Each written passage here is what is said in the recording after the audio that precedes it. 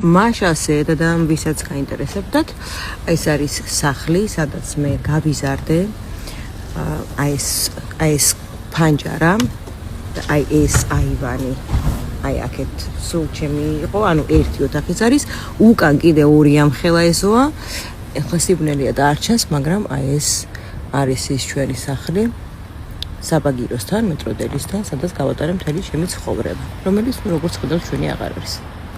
არა, ეს ამბავი რო არ მოუყვე, ხა მოუკვდები, მართლა მოუკვდები რამე.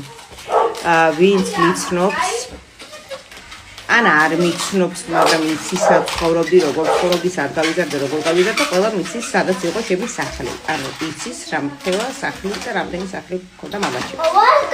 ხოდა მამაჩემის გარდაცვალების მერე ეს ერთ-ერთი ყველაზე დიდი სახლი მემკვიდრეობით უთქვათ ერგო ჩემს მას, რომელიც გაყიდა და იყიდა ლისზე. და ან კომენტარი ჩემი ძმის სახლზე. გადმოვედით ბუხრის ოთახში. ეს არის ქოცნაცების ნაძარცი ბუხარი.